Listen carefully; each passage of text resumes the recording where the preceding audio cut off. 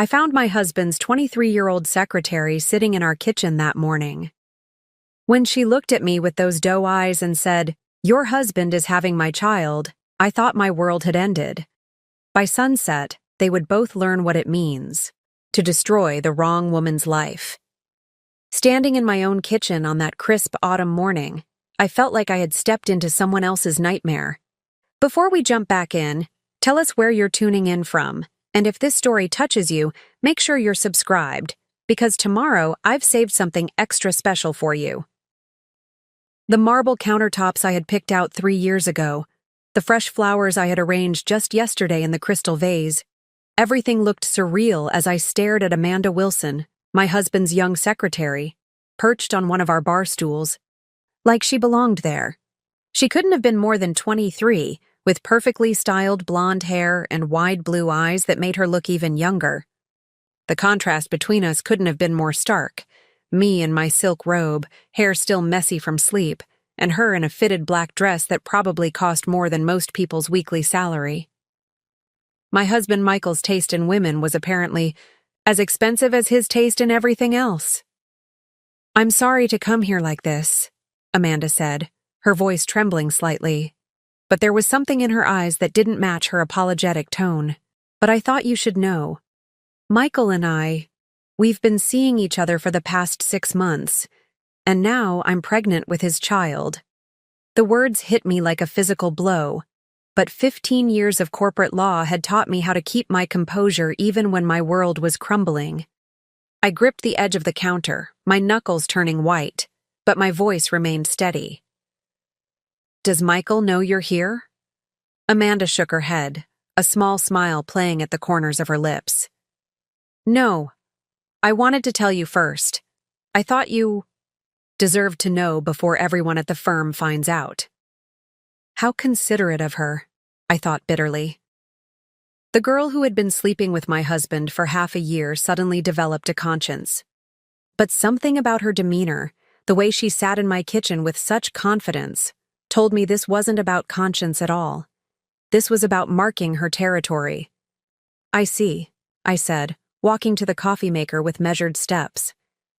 "And I assume you've taken a pregnancy test? Have you seen a doctor?"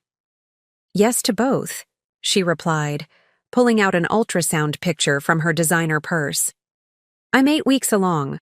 Michael he was surprised when I told him yesterday, but he said he'd handle everything. He promised we'd figure it out together." I wanted to laugh at the naivety in her voice. Michael Harrison, managing partner at Harrison & Brooks law firm, didn't figure things out together with anyone. He calculated, manipulated, and controlled. I should know. I'd been married to him for 12 years. "Would you like some coffee?" I asked, my voice perfectly pleasant. "Oh, I'm sorry. Probably not in your condition." Amanda's smile faltered slightly. She clearly hadn't expected this reaction. Where was the screaming? The tears? The dramatic confrontation she had undoubtedly rehearsed in her mind? "No." "Thank you," she said, suddenly looking uncertain. "I should probably go. I thought you should hear it from me." "That's very thoughtful of you," I replied, pouring myself a cup of coffee with steady hands. "And Amanda? One more thing before you go." She paused, halfway off the stool, looking at me expectantly.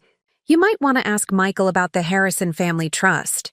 Specifically, the infidelity clause his grandmother insisted on including." I took a sip of my coffee, savoring the moment. It's quite interesting reading material. The confidence in her eyes flickered, replaced by something that looked like fear. Good. She should be afraid. Because while she had been playing house with my husband, dreaming of a future funded by Harrison money, she had no idea who she was really dealing with. I watched her hurry out of my kitchen, her designer heels clicking against the hardwood floors. As the front door closed behind her, I pulled out my phone and dialed a familiar number. "Sarah, it's Rebecca. I need you to pull every file we have on the Harrison Family Trust and get me an appointment with Judge Matthews, the one who oversees the trust." I paused, a cold smile spreading across my face. It's time to remind my husband exactly what he stands to lose. The game had begun, and I was about to show them both that hell hath no fury like a woman who knows exactly how to use the law to her advantage. Michael might be the managing partner, but I hadn't spent 15 years specializing in trust and estate law for nothing. By the time I was done, they would both learn that some mistakes come with consequences they never saw coming. After Amanda left, I sat at my kitchen island, mind racing with possibilities. The Harrison Family Trust wasn't just any trust. It was a $50 million empire built by Michael's grandmother, Eleanor Harrison, a woman who had survived 3 cheating husbands and had made damn sure her grandchildren wouldn't follow in their footsteps. The infidelity clause wasn't just a suggestion, it was ironclad. I pulled up the trust documents on my laptop, though I hardly needed to review them. I had helped Eleanor revise them 5 years ago, something Michael had conveniently forgotten. My fingers traced the words on the screen as I recalled Eleanor's voice. "Make it bulletproof, Rebecca. Some lessons need to be expensive to be learned." The front door opened, and I heard Michael's familiar footsteps. He was home early. Amanda must have called him. I didn't turn around, keeping my eyes fixed on the laptop screen as he entered the kitchen. "Rebecca," he said, his voice carrying that smooth, controlled tone he used in the courtroom. "We need to talk." I took another sip of my coffee, still not looking at him. "About your pregnant secretary? Or about how you're about to lose your share of the family trust?" There was a moment of silence, then the sound of him setting his briefcase down. "She told you." It wasn't a question. She did more than tell me, Michael. She came to our home, sat in our kitchen, and showed me the ultrasound. I finally turned to face him, taking in his expensive suit, his perfectly styled hair, the way his jaw clenched slightly, the only sign that he was worried. "She's quite confident you're Amanda. Already planning how to spend the Harrison money, I imagine." He moved closer, but stopped when I held up my hand. "Becky, listen." "Don't call me that." I cut him off, my voice sharp. "Only my husband calls me Becky, and right now, I'm looking at a stranger." "This isn't what you think," he started. But I laughed, the sound hollow and cold. "Really?" "Because I think it's exactly what I think. You've been sleeping with your 23-year-old secretary for 6 months, and now she's pregnant. Please, tell me what part I'm misunderstanding." He ran a hand through his hair, a rare gesture of frustration from the usually composed Michael Harrison. "It was a mistake. I never meant for any of this to happen. We can fix this." "Fix this?" I repeated, standing up slowly. "Like you fixed things with the Peterson case last year? Or like you fixed things with the offshore accounts? Some things can't be fixed, Michael. Some things can only be paid for." His face paled slightly at the mention of the Peterson case. "What are you planning?" I walked to the window, looking out at the manicured lawn of our Beacon Hill home. Everything. Perfect. Everything controlled. Everything about to change. I'm not planning anything. I'm simply going to enforce the trust's infidelity clause. You remember that clause, don't you? The one that says any beneficiary who commits adultery forfeits their entire share of the trust? "You wouldn't," he said, but there was a tremor in his voice now. "I already have." I turned back to him, smiling coldly. "I have a meeting with Judge Matthews tomorrow morning. Eleanor made me trustee for a reason, Michael. She knew someday someone would need to enforce that clause. I don't think she expected it would be her favorite grandson, though." He moved toward me, desperation breaking through his composed facade. "Rebecca, please. That trust is my inheritance. It's my future. We can work this out. I'll end things. With Amanda, You'll what?" I interrupted. "Make her disappear? Pay her off? She's carrying your child, Michael. Or did you forget that part?" The color drained from his face completely. The child? It could be a mistake. The timing? 8 weeks. I said quietly. Preparing and narrating this story took us a lot of time, so if you are enjoying it, subscribe to our channel. It means a lot to us. Now back to the story. That's what she told me. Shall we check your calendar? That business trip to New York? The one where you insisted on taking your secretary instead of your wife? He sank into one of the kitchen chairs, the reality of his situation finally hitting him. The great Michael Harrison, brought low by the very legal system he had manipulated for so long. What do you want? He asked finally, his voice barely above a whisper. I walked to my laptop, turning it so he could see the trust documents. I want you to understand exactly what you've lost. $50 million, Michael. Your share of the family trust, your position as managing partner, because let's be honest, the board won't keep you once this gets out, and your reputation in Boston's legal community. All gone because you couldn't keep your hands off your secretary. You're going to destroy everything we've built, he said, a note of anger creeping into his voice. No, Michael, I corrected him, my voice steady and cold. You destroyed everything. We built the moment you decided to sleep with Amanda. I'm just making sure you pay the proper price for it. I gathered my laptop and coffee cup, preparing to leave the kitchen. At the doorway, I paused, turning back to him one last time. Oh, and Michael. You might want to call Amanda. She seemed so interested in the Harrison family money, I'm sure. She'll be fascinated to learn there won't be any. The next morning, I arrived at the courthouse early, my Louboutins clicking against the marble floors as I made my way to Judge Matthews's chambers. Sarah was already waiting for me, a thick folder of documents in her hands. In her 15 years as my legal assistant, I had never seen her look so eager. Everything's ready, she said, falling into step beside me. I've compiled all the evidence, emails, hotel receipts, text messages. The private investigator really came through. She lowered her voice. And you won't believe what else I found. I paused, turning to face her. Tell me. Amanda Wilson isn't just any secretary, Sarah said, a glimmer in her eye. Her father is James Wilson of Wilson Technologies. She didn't need this job, or Michael's money. This was about something else entirely. The pieces started falling into place. James Wilson, the tech mogul whose company was currently involved in a massive intellectual property dispute. The same dispute that Harrison and Brooks was handling, with Michael as lead counsel. How interesting, I murmured, my mind already racing, with the implications. Get me everything you can on Wilson Technologies' current legal troubles. And Sarah? Find out who else at the firm has been working on that case. Judge Matthews was already in her chambers when we arrived. Her silver hair, pulled back in its usual severe bun. She had known Eleanor Harrison well. They'd been in law school together, and I could see the disappointment in her eyes as she reviewed the documents.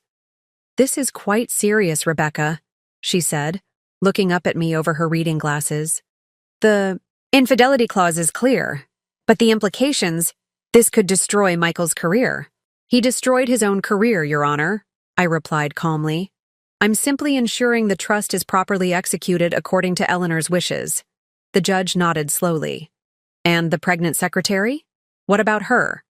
That's a separate issue, I said, my voice carefully neutral. Though you might be interested in some additional information we've uncovered. I nodded to Sarah, who handed over another folder. Judge Matthews's eyebrows rose as she read through the new documents. Wilson? Technologies? This goes beyond a simple affair, doesn't it? It appears so, I agreed, which is why I'm also filing a motion to have Michael removed as lead counsel on the Wilson Technologies case. There's clearly a conflict of interest. The judge sat back in her chair, studying me carefully. You realize this won't just affect Michael? This could impact the entire firm. I'm well aware, I replied. But Eleanor Harrison built that firm on principles. She wouldn't want it compromised by someone who can't keep his personal and professional lives separate. Just then, My phone buzzed with a text from the private investigator. Meeting in progress. Wilson and Harrison, restaurant on Newbury Street. Sending photos now. I smiled coldly. And it seems Michael is about to make things even worse for himself. Judge Matthews sighed, reaching for her pen. I'll sign the order enforcing the infidelity clause. The trust assets will be frozen immediately pending final distribution according to the secondary beneficiary provisions. She paused. That would be you, Rebecca, as Eleanor's chosen successor. I stood, smoothing my skirt. Thank you, Your Honor. And about the Wilson Technologies case. I'll have my clerk prepare the necessary documents for an emergency hearing, she said. This needs to be addressed immediately. As we left the courthouse, Sarah hurried to keep up with my stride. What now? Now, I said, checking my phone as more photos came in. We wait for Michael to dig himself even deeper. He's meeting with James Wilson as we speak, probably trying to damage control. But he doesn't know about the trust order yet. I showed her the latest photo, Michael and James Wilson, in what appeared to be a heated discussion. Let's see how he handles losing $50 million and his biggest client in the same day. Back at my office, I settled in to wait. It wouldn't take long for the news to spread. In Boston's legal community, news like this traveled fast. I had already drafted emails to the firm's board of directors, attaching proof of Michael's indiscretions and the potential compromise of the Wilson Technologies case. Sure enough, within an hour, my phone started ringing. First, it was Amanda. "What have you done?" she demanded, her voice shaking. "My father just called me. He's furious. He says Michael might have compromised our entire case." "Your father?" I repeated innocently. "Oh, you mean James Wilson? The same James Wilson whose company is being represented by my husband? Sorry, soon-to-be ex-husband, in a $100 million intellectual property dispute? That must be awkward." There was a long pause. "This isn't what you think," she started, but I cut her off. "Actually, Amanda, I think this is exactly what I think. You used your father's connection to get a job at Harrison and Brooks, got close to the lead counsel on your father's case, and now you're conveniently pregnant with his child. The only question is whether you planned this from the beginning or if it was just a happy coincidence." "You're going to regret this," she hissed, but the fear in her voice was unmistakable. "No, Amanda, you're going to regret this. Because now your father is probably realizing that his entire legal strategy might be compromised. And Michael? He's about to lose everything. His money, his position, his reputation. I wonder how interested he'll be in playing happy families with you when he's facing an ethics investigation and possible disbarment." I hung up before she could respond, just as another call came in, this time from the firm's senior partner, Richard Brooks. "Rebecca," he said gravely, "we need to talk about Michael." "Yes, we do," I agreed. "I assume you've received my email about the Wilson Technologies situation." "It's troubling," he admitted. "We're calling an emergency board meeting. Your presence would be appreciated." I smiled, though he couldn't see it. "Of course. I'll bring all the relevant documentation, including the trust order from Judge Matthews." As I gathered my things for the board meeting, Sarah appeared in my doorway. "Michael's here," she said quietly. "He's demanding to see you." I nodded, taking my time organizing my files. Let him. Wait. I have a feeling he's about to learn a very valuable lesson about consequences. Through my office window, I could see Michael pacing in the reception area, his usually perfect appearance showing signs of strain. His tie was loose, his hair disheveled. It was a far cry from the polished managing partner who had seemed untouchable just yesterday. "Tell him," I said to Sarah, "that I'll see him at the board meeting. And Sarah, make sure security is on standby. Something tells me this isn't going to be a quiet discussion." The Harrison and Brooks boardroom had always impressed visitors with its old-world grandeur, rich mahogany walls, leather chairs, and a view of Boston Harbor that spoke of power and tradition. Today, that same room felt like a courtroom, and Michael was about to face a jury of his peers. I sat at the far end of the table, directly opposite Michael's usual seat at the head. Richard Brooks, the senior partner, occupied that position now. The other board members filed in slowly, their faces grim. Everyone had read my email. Everyone knew what was at stake. Michael burst in last, his face flushed with anger. He'd clearly been drinking, something I'd never seen him do during business hours in our 12 years of marriage. His eyes locked onto mine, and for a moment, I saw something dangerous flash across his face.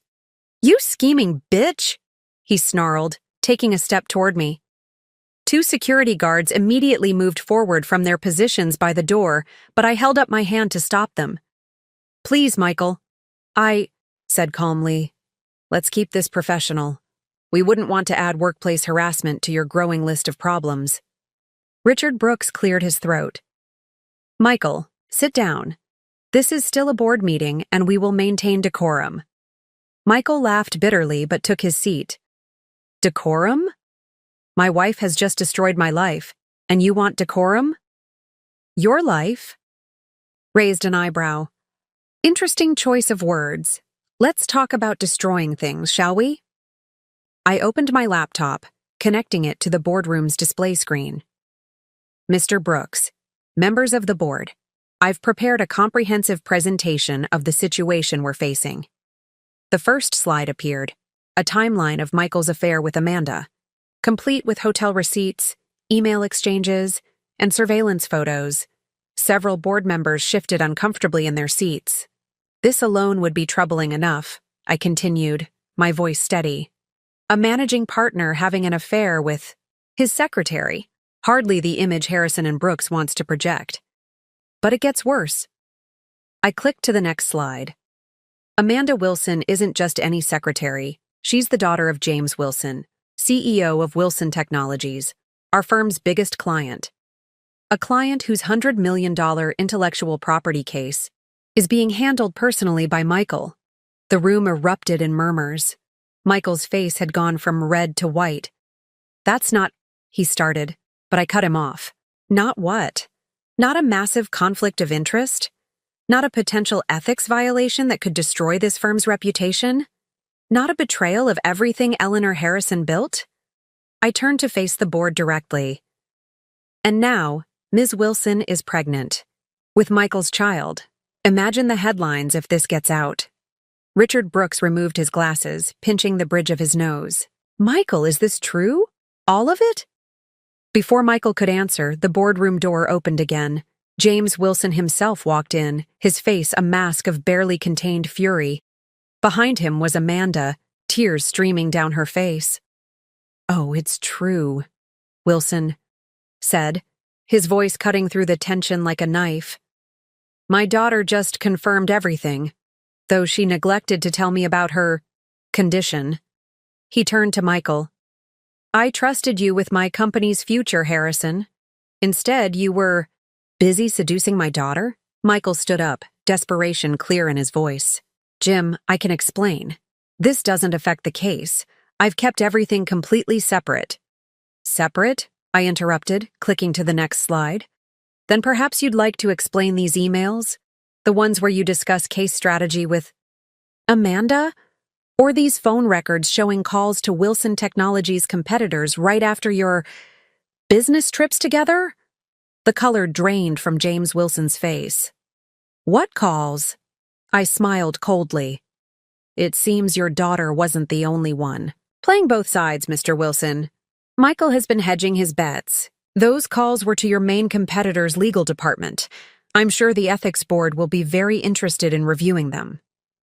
Amanda stepped forward, her designer dress now wrinkled, her perfect makeup smeared with tears. "Michael, you promised." You said we would be together." "Amanda, please," Michael pleaded. "Not now." "Yes, now," she cried. "I'm carrying your child and you're trying to play both sides? Was any of it real?" I almost felt sorry for her. Almost. But then I remembered her sitting in my kitchen that morning, so smug, so certain of her victory. "Mr. Brooks," I said, turning to the senior partner, "I've already filed a motion with the ethics board. Given the circumstances, I believe the firm needs to take immediate action to protect its interests and its clients." Richard Brooks nodded slowly. "Michael Harrison, you are hereby suspended from all duties at Harrison & Brooks, effective immediately. Security will escort you to your office to collect your personal belongings." "You can't do this," Michael said, his voice cracking. "This is my firm. My name is on the door." "Actually," I interjected, "according to the partnership agreement Eleanor put in place, any partner found to have violated ethical guidelines can be removed by a board vote. And given that you've lost your share of the family trust due to the infidelity clause, you no longer meet the capital requirements to maintain your partnership." Michael turned to me, and for the first time, I saw real fear in his eyes. "Rebecca, please. Everything we've built together. Save it." I cut him off. "You should have thought about that before you decided to sleep with your secretary and compromise our biggest client's case." I turned to James Wilson. "Mr. Wilson, I want to assure you that Harrison & Brooks takes this breach very seriously. I'll personally oversee the transition of your case to a new legal team." Wilson nodded curtly. "We'll discuss the future of our relationship with the firm later. Right now, I need to have a very serious conversation with my daughter." He grabbed Amanda's arm, pulling her toward the door. "And Harrison, expect to hear from my lawyers, personal lawyers." As they left, Michael sank back into his chair, all his arrogance finally stripped away. The board members began gathering, their things, none of them meeting his eyes. Years of relationships, power, and prestige, all gone in an afternoon. "Rebecca," he said softly as I packed up my laptop, "what am I supposed to do now?" I paused, looking at him one last time. "That's not my problem anymore, Michael. But I hear there are plenty of law firms in Boston looking for junior associates. You might want to start there, assuming the ethics board lets you keep your license." As I walked out of the boardroom, my heels clicking against the hardwood floors, I felt lighter than I had in years. Michael had always prided himself on being the smartest person in the room, the one who could talk his way out of anything. But he'd forgotten one crucial detail. I had learned from the best, him, and I had just beaten him at his own game. The security guards were already approaching his office as I passed by. Through the glass walls, I could see him standing there, staring at the view of Boston Harbor, a view he would never see from this office again. His empire was crumbling, and he had no one to blame but himself. My phone buzzed with a text from Sarah. "Judge Matthews signed the final trust order. It's done." I smiled, stepping into the elevator. Michael had lost everything: his money, his position, his reputation, and his future. And somewhere in heaven, I was sure Eleanor Harrison was smiling too. Her infidelity clause had finally served its purpose, though I doubt even she could have predicted it would be used to take down her own grandson. The morning after the board meeting, I arrived at the office early. The firm was buzzing with whispers and sidelong glances. News travels fast in Boston's legal community. Michael's name had already been removed from his office door, the space inside dark and empty. It was remarkable how quickly 12 years of marriage and a lifetime of legal career could be reduced to a few cardboard boxes. Sarah met me at my office door, tablet in hand. "The Boston Legal Journal wants a statement about Michael's departure, and the Ethics Board has scheduled an emergency hearing for next week." She paused, lowering her voice. "Also, Amanda Wilson's father has filed a formal complaint with the Bar Association." I settled behind my desk, taking a moment to enjoy my coffee. "Forward all press inquiries to the firm's PR team. As for the Ethics Board," I smiled slightly, "make sure they receive the complete file. Every email, every phone record, every hotel receipt. Already done." Sarah nodded. But there's something else. She placed a thick manila envelope on my desk. This came from Eleanor's old private investigator this morning. Apparently, Michael and Amanda weren't as careful as they thought. Inside the envelope were photos, dozens of them. Michael and Amanda at various hotels, restaurants, private meetings with Wilson Technologies, competitors. But what caught my eye was a series of photographs taken at Eleanor's summer house in the Hamptons. The same house where we'd celebrated our anniversaries, where we'd planned to start a family. When were these taken? I asked, my voice tight. Last month, Sarah replied. The weekend you were in Chicago for the Bar Association conference. The anger I'd been controlling so carefully threatened to surface. Using Eleanor's house, that was a special kind of betrayal. I took a deep breath, reminding myself that revenge was best served cold. My phone buzzed with a text from an unknown number. It was Amanda. We need to talk, please. There's more you need to know. I showed the message to Sarah, who raised an eyebrow. Are you going to meet her? Of course, I replied, already typing a response. But on my terms. Tell security to expect her in an hour. And Sarah, have someone from HR sit in. I want everything on record. The next hour passed slowly as I prepared for whatever new drama Amanda was bringing to my door. I reviewed the trust documents again, making sure every detail was perfect. Eleanor had built an empire on attention to detail, and I wasn't about to let her down now. When Amanda arrived, she looked nothing like the confident young woman who had sat in my kitchen just days ago. Her designer clothes were wrinkled, her makeup hastily applied, her eyes red from crying. Mrs. Harrison, the HR representative began, but I cut her off. It's Ms. Walker now, I corrected, reverting to my maiden name. I've already filed the divorce papers. Amanda flinched at that but took a seat across from my desk. I needed to tell you about Michael and the case. I leaned back in my chair, studying her carefully. More ethics violations? Or is this about the pregnancy? She twisted her hands in her lap, avoiding my gaze. Both. Michael, he wasn't just sharing case information with me. He was selling information to our competitors, using me as a cover for his meetings. The HR representative started taking notes furiously as Amanda continued. And the baby... She paused, tears welling up. I'm not really 8 weeks pregnant. I'm 12 weeks. And it might not be Michael's. I kept my face carefully neutral, though inside I was laughing at the irony. Might not be? There was someone else, she admitted, her voice barely a whisper. Another partner at Wilson Technologies. Michael doesn't know. I thought if he believed it was his, he'd leave you, take care of us with the Harrison money. How did that work out for you?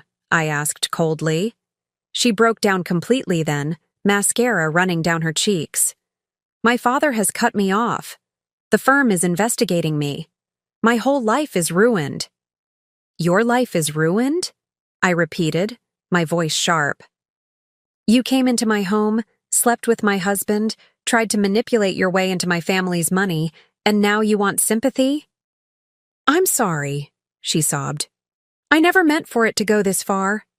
Michael said a lot of things, didn't he? I interrupted. He told you about the Harrison money, about the power you'd have, about the future you'd share, but he never told you about Eleanor's ironclad trust conditions, did he?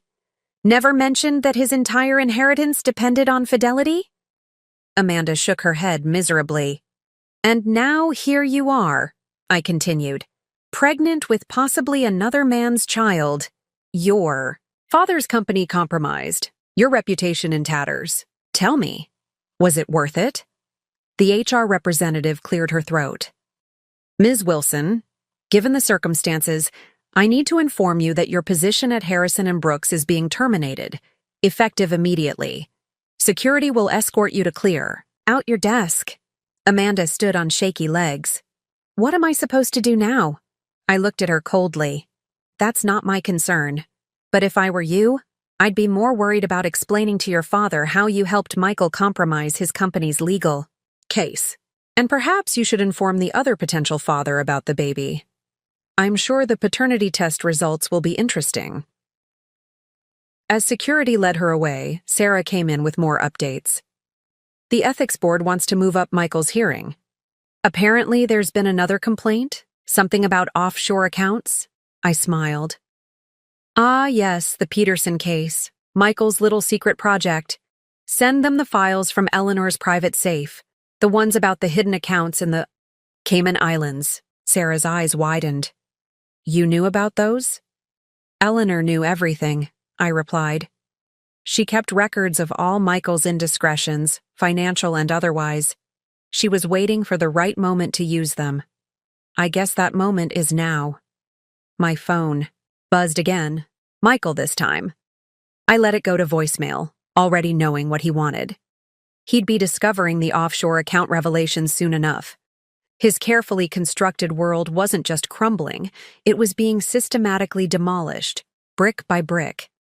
Should I have his things from the house sent somewhere? Sarah asked. I considered for a moment.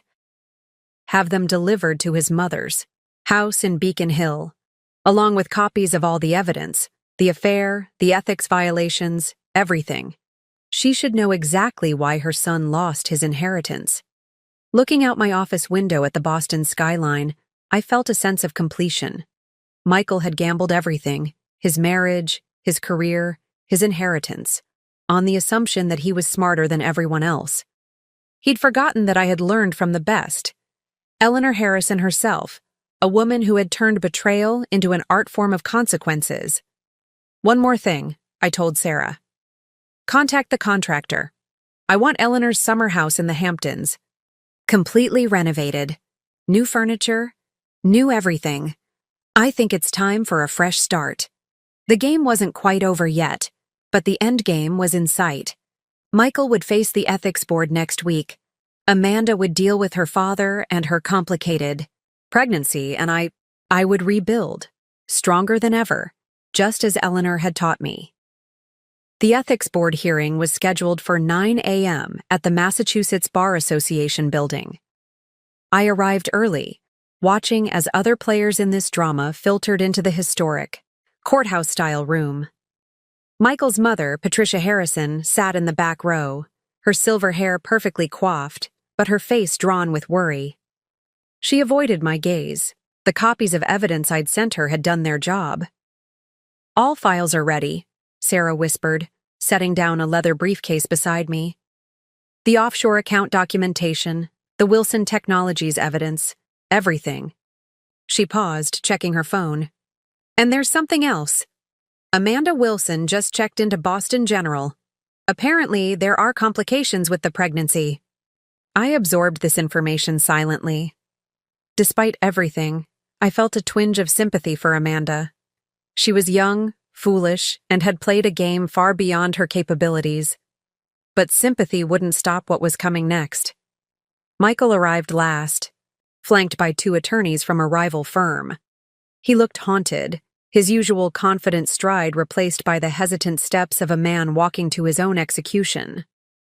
His eyes met mine briefly, and I saw a flash of desperate pleading in them. The ethics board members filed in, 5 senior attorneys and judges who held the power to end Michael's legal career. Judge Matthews was among them, her face stern as she took her seat at the center of the panel. This emergency hearing is now in session, she announced, her voice carrying through the now silent room. We are here to address serious allegations of ethical misconduct against Michael Harrison, former managing partner of Harrison and Brooks. Michael's lead attorney stood. Your Honors, before we begin, my client would like to make a statement. Judge Matthews nodded. Proceed. Michael rose slowly, straightening his tie, a nervous habit I'd observed countless times during our marriage. Members of the board, I admit to exercising poor judgment in my personal life, but my professional conduct has always been, objection, I called out standing. As a complainant, I had the right to participate. Mr. Harrison's poor judgment directly impacted his professional conduct. I have evidence of multiple ethics violations that go far beyond personal indiscretions. I opened the leather briefcase, removing the first set of documents. Exhibit A: records of offshore accounts used to hide funds from the Peterson case settlement.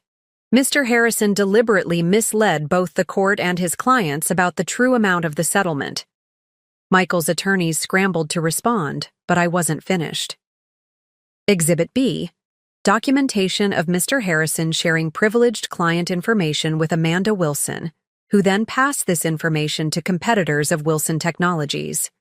This represents a serious breach of attorney-client privilege. The room erupted in murmurs. Patricia Harrison let out a small gasp from the back row.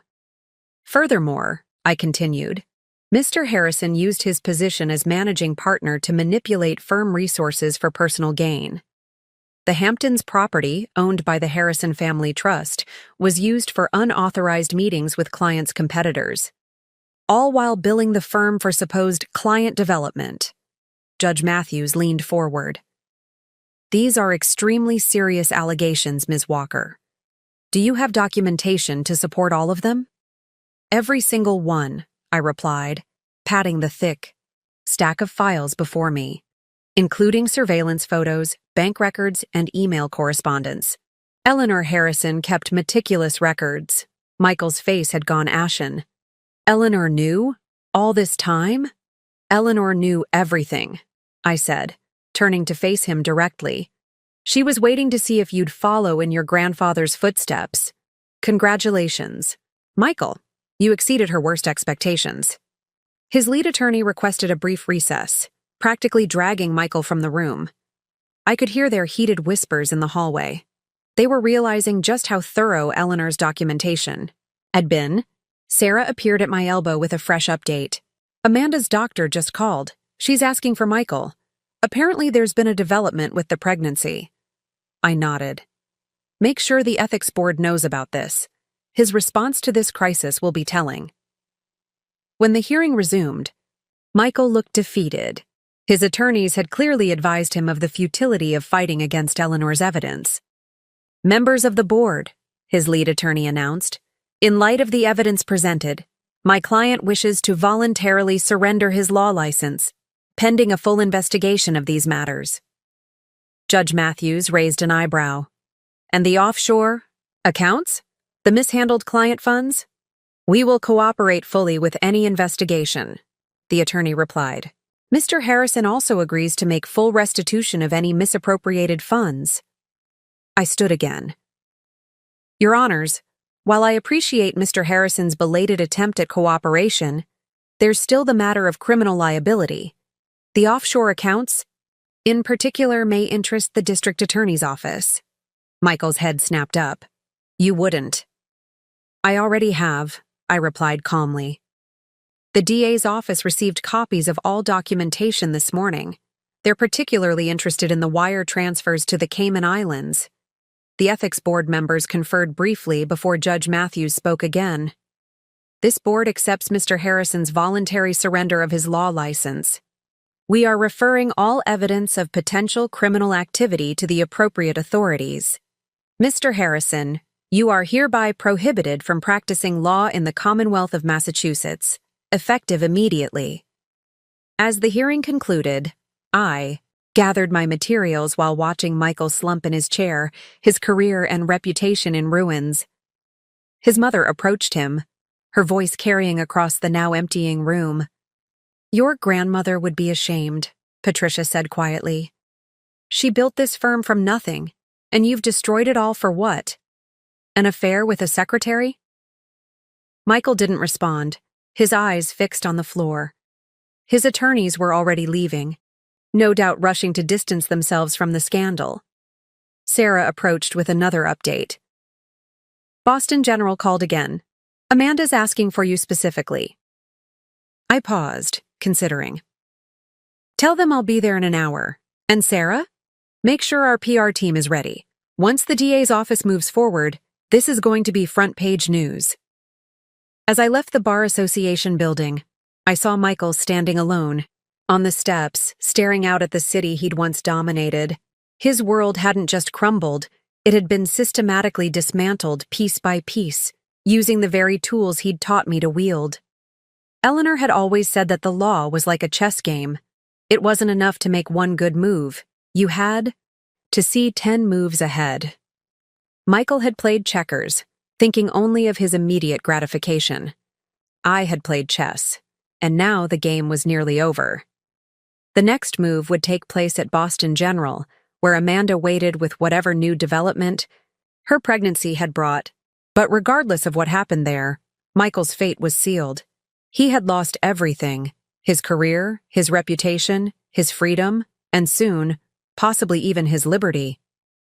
As my car pulled away from the curb, I saw him reach for his phone, no doubt just receiving the news about Amanda and the pregnancy. Some part of me wondered if he would rush to her side, or if he would run from this responsibility, like he had run from every other commitment in his life. But that wasn't my concern anymore. I had my own future to build, and unlike Michael, I had learned Eleanor's most important lesson: power isn't about what you can take, it's about what you can protect and preserve. Boston General Hospital's maternity ward was quieter than I expected. The nurse led me down a sterile hallway to a private room where Amanda lay, looking smaller and younger than ever in the hospital bed. Her father, James Wilson, stood by the window, his usually commanding presence diminished by worry. "Thank you for coming," he said quietly as I entered. "I know you have no reason to be here." "What happened?" I asked, keeping my voice neutral. Amanda turned to face me, her eyes red from crying. "I lost the baby," she whispered. "There were complications. The doctors said it was stress-related." I sat in the chair beside her bed, studying her face. The smug young woman who had sat in my kitchen just days ago was gone, replaced by someone who looked utterly broken. "Michael hasn't come," she continued, her voice cracking. "I called him when it started, but he said he couldn't deal with this right now." James Wilson's jaw tightened. "That coward. After everything he's done." "Dad, please," Amanda interrupted. "I need to tell Rebecca something. About the baby. About everything." I waited as she gathered herself, watching as she twisted the hospital blanket between her fingers. "I lied before," she began, "about not knowing who the father was. I knew all along it wasn't Michael's. It was Tom Peterson's, the CEO of Peterson Technologies. The name hit me like a physical blow. Peterson Technologies, the company from the offshore accounts case. The pieces started falling into place. "The affair with Michael," I said slowly. "It was never about him, was it?" Amanda shook her head, tears streaming down her face. "Tom wanted information about the settlement, about where the money really went.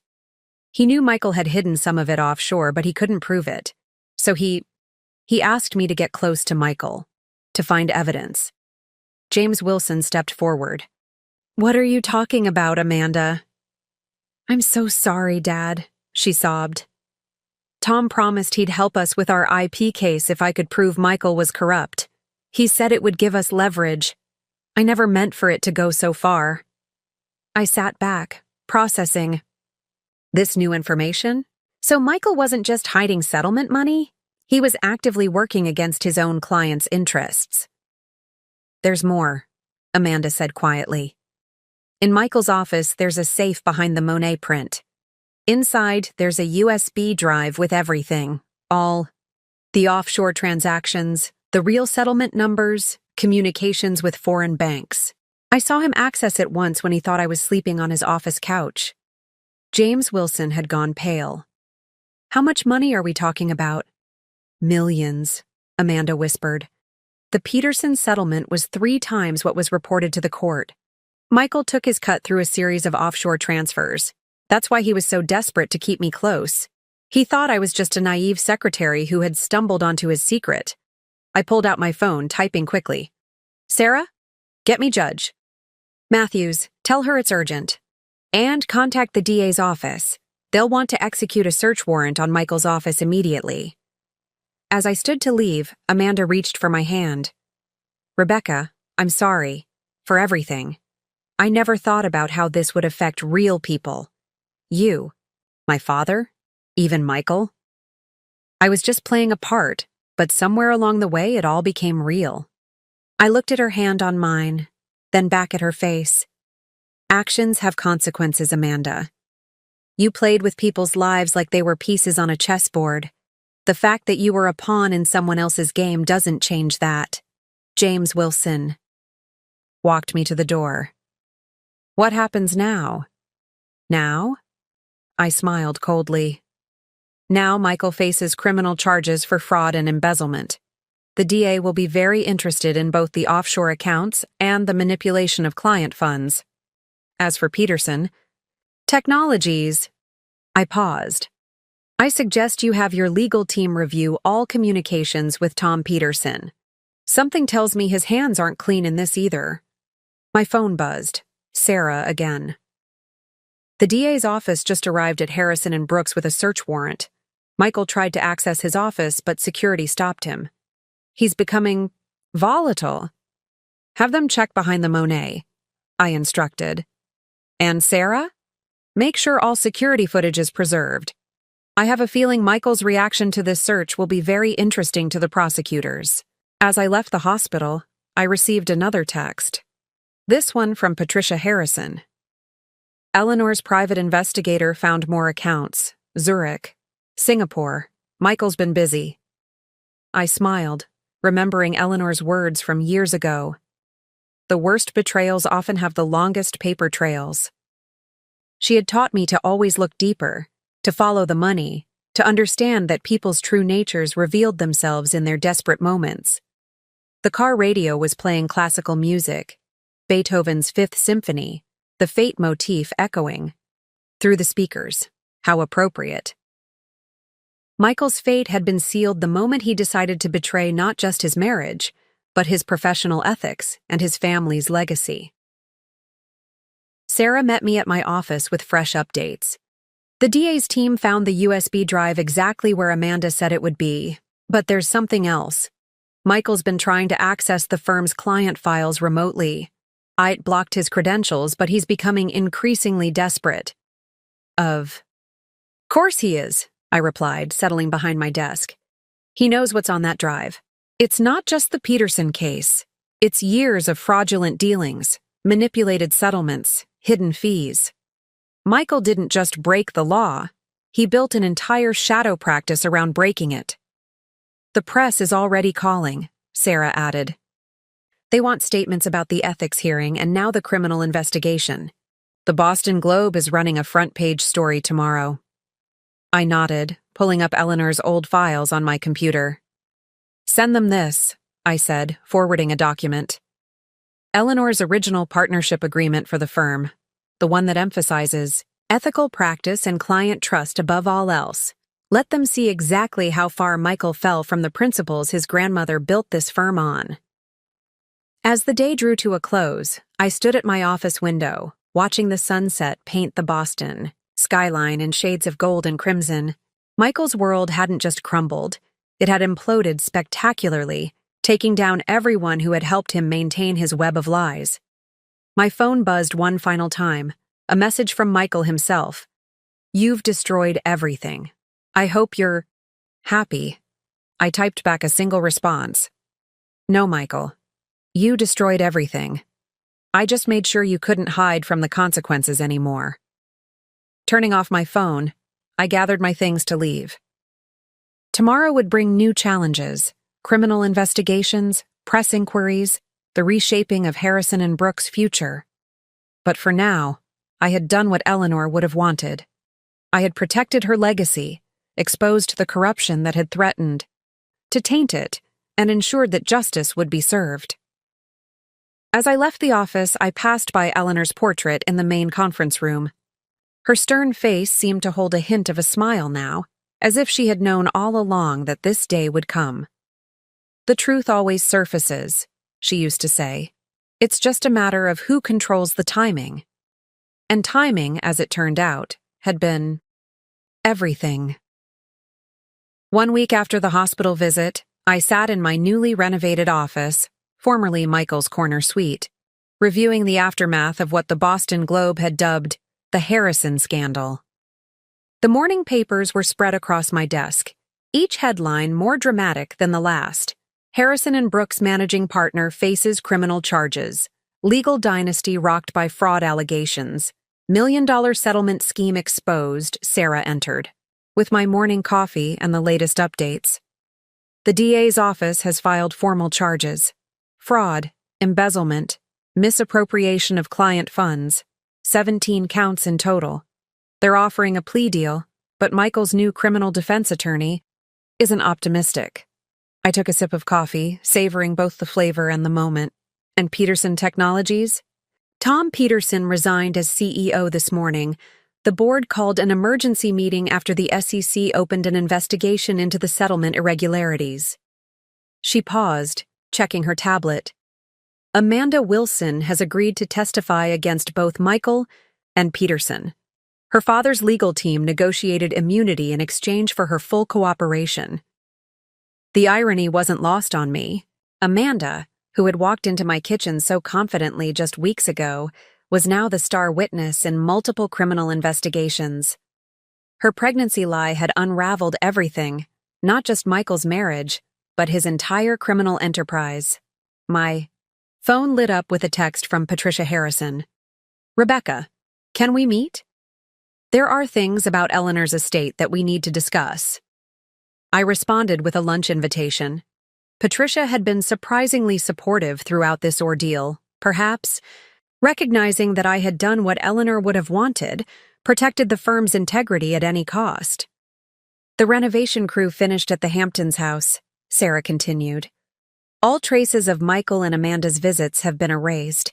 The new furniture arrives next week.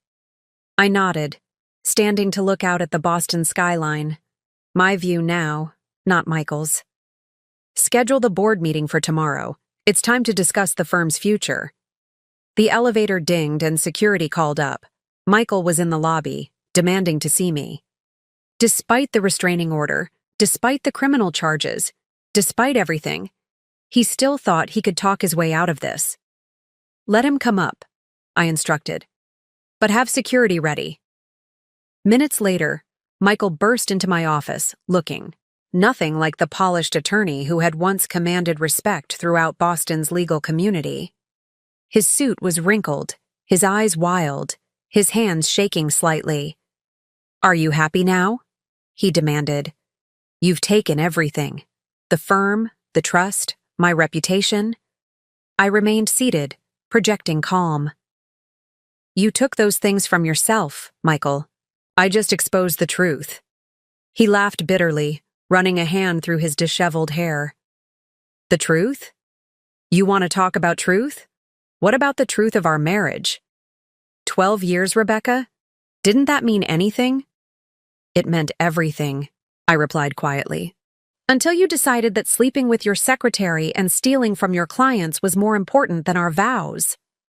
I was building something, he exploded. Every deal, every settlement. I was making this firm stronger.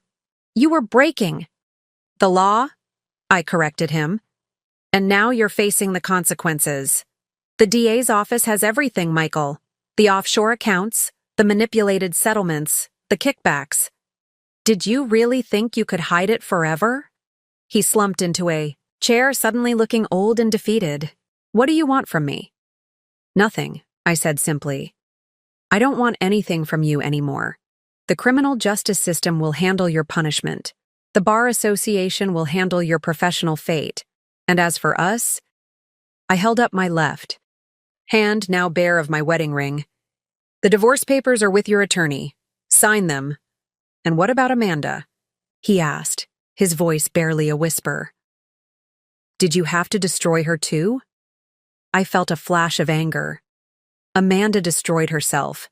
She played her part in this scheme, lying about the pregnancy, helping Peterson spy on you. Though I suppose you both deserved each other. Liars using lies to catch other liars. Security appeared at my door, responding to some silent signal from Sarah. Michael stood slowly, straightening his tie in a pathetic attempt at dignity. "You know," he said, pausing, at the door, "I never thought you had it in you, to be this ruthless." I smiled coldly. "I learned from the best, Michael. You and Eleanor. You both taught me that power isn't about force, it's about patience, about waiting for the right moment to strike." I gestured to the office around us. "Consider this my final exam." As security led him away, I could hear his voice carrying down the hallway, a broken man's last attempt at defiance. But it didn't matter anymore. Michael's words, like his promises, had lost all power. Patricia Harrison arrived precisely at noon, elegant as always in her Chanel suit.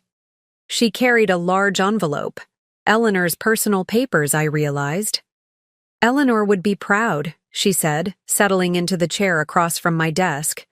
"She always said you were the true Harrison, even if you didn't have the name by blood." Opened the envelope, removing a stack of documents. "There's something you should see. Eleanor's last amendment to the trust, made just before she died. She knew, Rebecca, about Michael's corruption, about the offshore accounts. She was gathering evidence, building a case."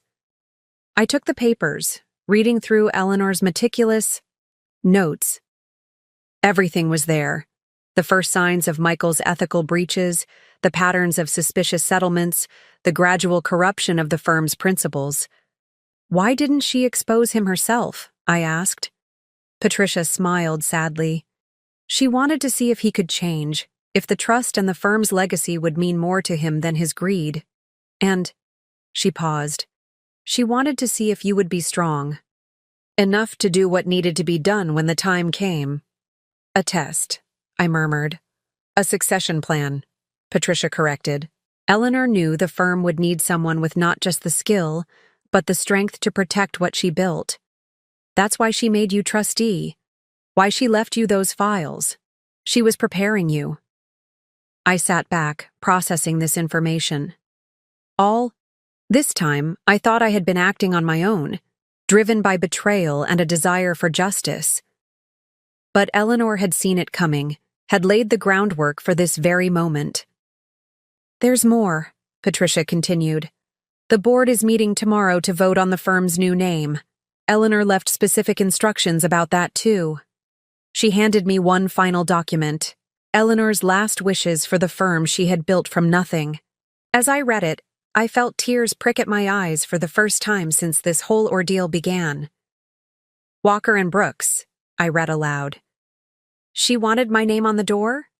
Patricia nodded. "She said the firm needed someone who understood that justice and ethics weren't just words on a mission statement.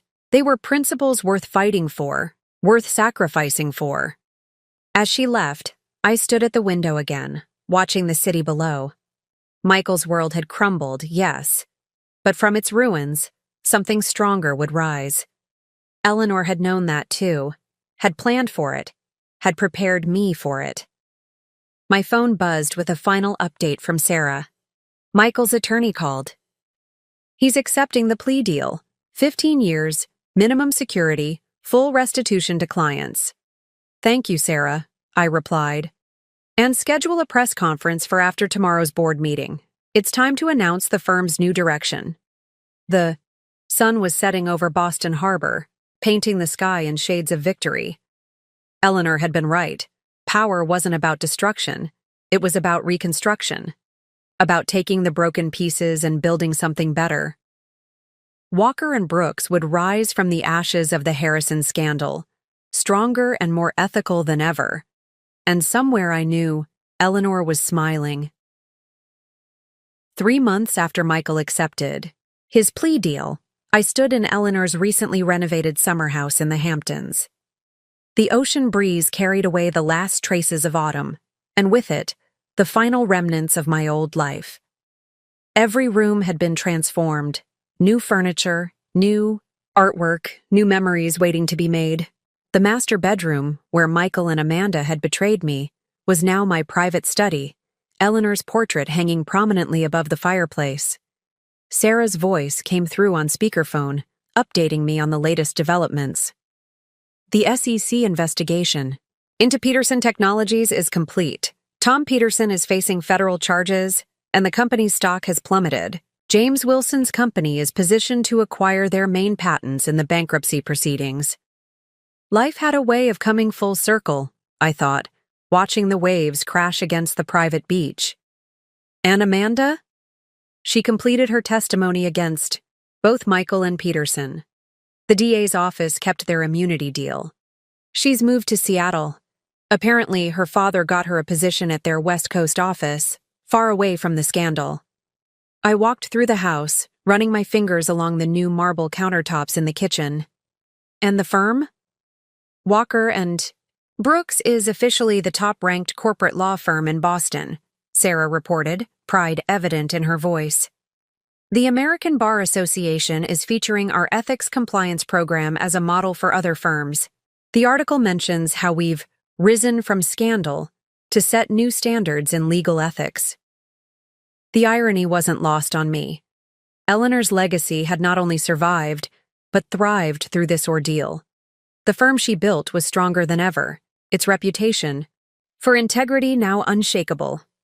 My phone buzzed with another call. Patricia Harrison. I should take this, I told Sarah. We'll finish the updates later. Patricia's voice was warm when I answered. Rebecca, dear, I've just come from visiting Michael at the federal prison.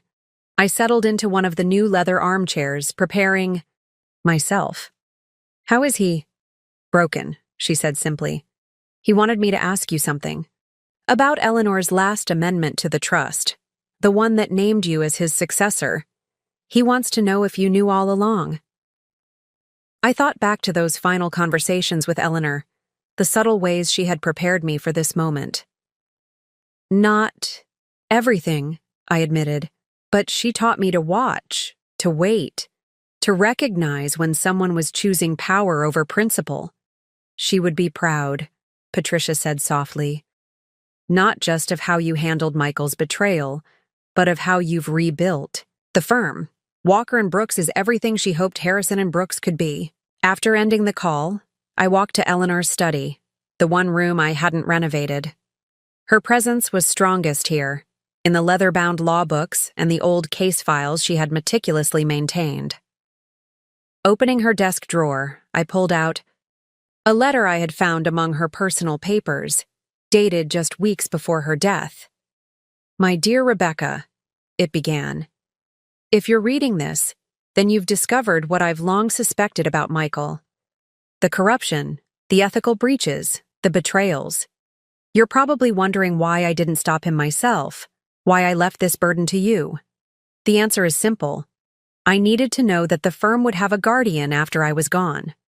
Someone who understood that true power lies not in the ability to break rules, but in the strength to uphold them. You were never just my grandson's wife, Rebecca. You were the daughter I chose, the one who understood what I built and why I built it. The trust, the firm, the legacy, they were always meant for you. Michael's betrayal was his test, but it was your opportunity. Show them what it means to lead with integrity. Show them what a Harrison woman can do.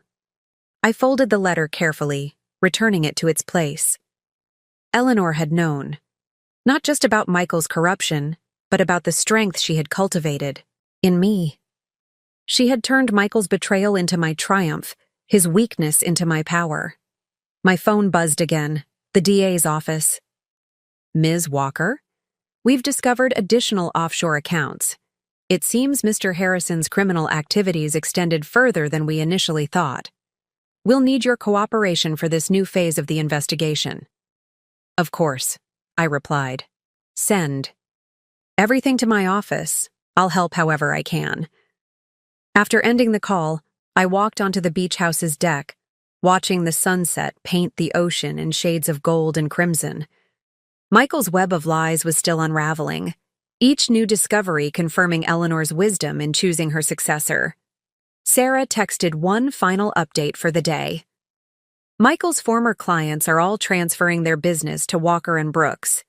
The Peterson case settlements are being redistributed, The firm's revenue is up 40% this quarter.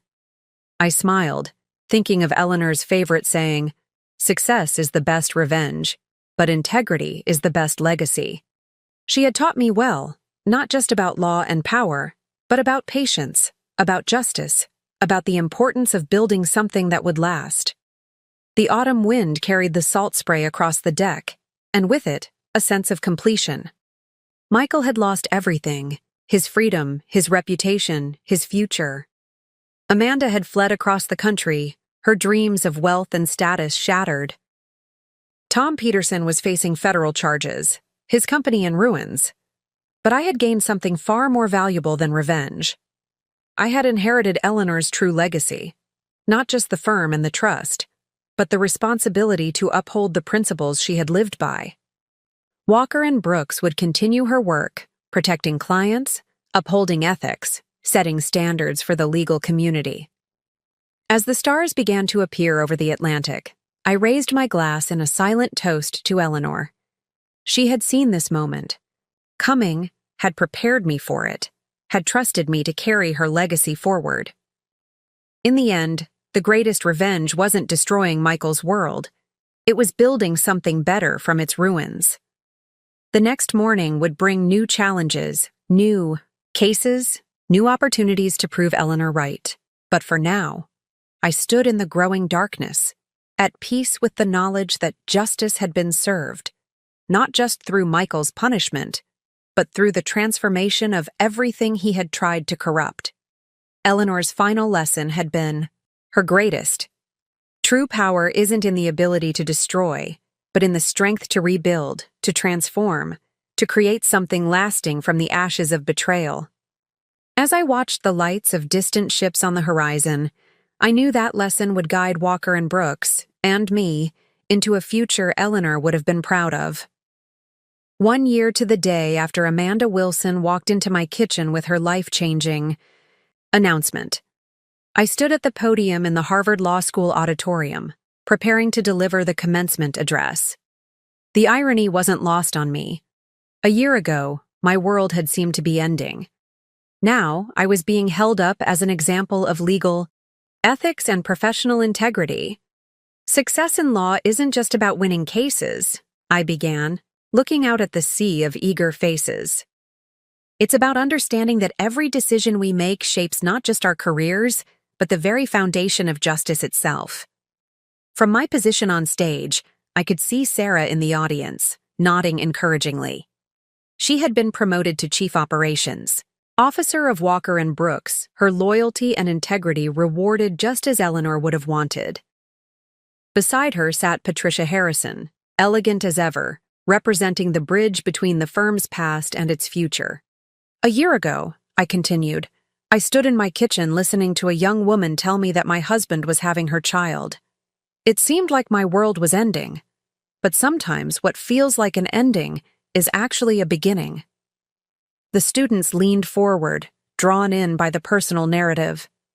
They had all read about the Harrison scandal, the criminal charges, the ethical violations, but they hadn't heard this part of the story. Eleanor Harrison, the founder of what was then Harrison & Brooks, used to say that character isn't built in moments of comfort. It's forged in moments of crisis. When faced with betrayal, we have two choices. We can let it destroy us, or we can use it to build something stronger. My phone buzzed silently in my pocket. Probably another update about Michael. His prison sentence had been extended after the discovery of more offshore accounts, the web of financial fraud extending further than anyone had initially suspected. But that was no longer my concern. Walker & Brooks was born from a crisis of ethics, but it has become something more. A testament to the principle that integrity isn't just a word we put in our mission statements. It's the foundation upon which we build our careers, our relationships, and our legacy. In the front row, I spotted James Wilson, who had become one of our biggest clients after the dust settled. His company had not only survived the scandal, but thrived, acquiring key patents from the now bankrupt Peterson Technologies. Amanda, I had heard, was still in Seattle, working in his company's legal department, far from the temptations and ambitions that had led to her downfall. When Eleanor Harrison built her firm, she wasn't just creating a business, she was establishing a standard that each of us, as legal professionals, must strive to uphold. Because at the end of the day, our reputation isn't built on the cases we win, but on the principles we maintain while winning them. The auditorium was silent, hundreds of future lawyers absorbing the lesson that had cost Michael everything to teach. Your choices, I wanted to tell them, will follow you. Every compromise, every ethical breach, every moment of choosing expediency over integrity, they all leave marks that can't be erased. The law isn't just about statutes and precedents, I continued. It's about trust. Trust between attorney and client, trust between partners, trust in the very system we serve. When we breach that trust, we don't just damage our own careers, we undermine the foundation of justice itself. After the speech, at the reception, young lawyers and students crowded around, eager to discuss the firm's ethics compliance program, now being adopted by law firms across the country. But my attention was drawn to a familiar figure standing quietly at the edge of the crowd, Tom Peterson's daughter, Emily. She approached hesitantly, her father's disgrace still a fresh wound. Ms. Walker, I wanted to thank you. What happened with my father and your husband? It opened my eyes. I'm starting law school in the fall, and I want to specialize in corporate ethics. I studied her face, seeing the same determination I had once seen in my own reflection. Come see me when you graduate, I told her. Walker & Brooks is always looking for lawyers who understand the value of integrity. Later that evening, back in my office, Eleanor's old office, I reviewed the firm's latest achievements. Our client list had grown, our reputation stronger than ever. The scandal that should have destroyed us had instead become our foundation stone, a reminder of why ethics mattered. Sarah brought in the latest financial reports and a copy of the American Bar Association Journal. The cover story featured Walker & Brooks, from scandal to standard bearer, how one firm's crisis changed legal ethics. The Guardian program launches next month, she reminded me, referring to our new initiative to mentor young lawyers in ethical practice. We already have 50 firms signed up to participate. I nodded, touching Eleanor's portrait on the wall. She would have loved this, turning a betrayal into a force for positive change. My phone buzzed with a text from Patricia. Michael's appeal was denied. He's serving the full extended sentence. I didn't respond. Michael's fate was no longer my concern. He had chosen his path, just as I had chosen mine. The difference was, my path had led to something greater than revenge. It had led to transformation.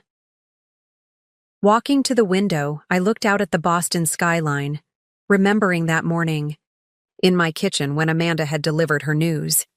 She had thought she was destroying my world, but instead, she had helped me find my true purpose. Eleanor's last letter sat framed on my desk, a daily reminder of the legacy I now carried. Show them what a Harrison woman can do. I had done more than that. I had shown them what integrity could build from the ashes of betrayal. The sun was setting over the harbor, another day ending in a city that had watched the Harrison scandal unfold and Walker & Brooks rise from its ruins. Tomorrow would bring new challenges, new opportunities to uphold the principles Eleanor had instilled. But that was the point, wasn't it? Every day was a choice between expedience and ethics, between power and principle. Michael had chosen power and lost everything. I had chosen principle and gained something far more valuable, a legacy worth protecting, a future worth building, and a reminder that the greatest revenge isn't in destroying what hurt you, but in creating something stronger from the experience. I gathered my things to leave. Sarah appeared one last time. The Harvard Law Review wants to do a piece on the firm's transformation. They're calling it The Walker Way, Rebuilding Trust in Legal Practice. I smiled, thinking of Eleanor's words. Success is the best revenge, but integrity is the best legacy. She had been right, as always. The best revenge wasn't in Michael's imprisonment or Amanda's exile or even in the firm's success. It was in the knowledge that from their betrayal, something meaningful had emerged. A new standard, a higher purpose, a lasting legacy. Walking out of the office that evening, I carried not just Eleanor's lessons, but the certainty that sometimes, the darkest moments of our lives can lead us to our brightest purpose. The betrayal that was meant to destroy me had instead revealed my true strength, and in doing so, had changed not just my life, but the very landscape of legal ethics in Boston. And that I realized was the greatest victory of all.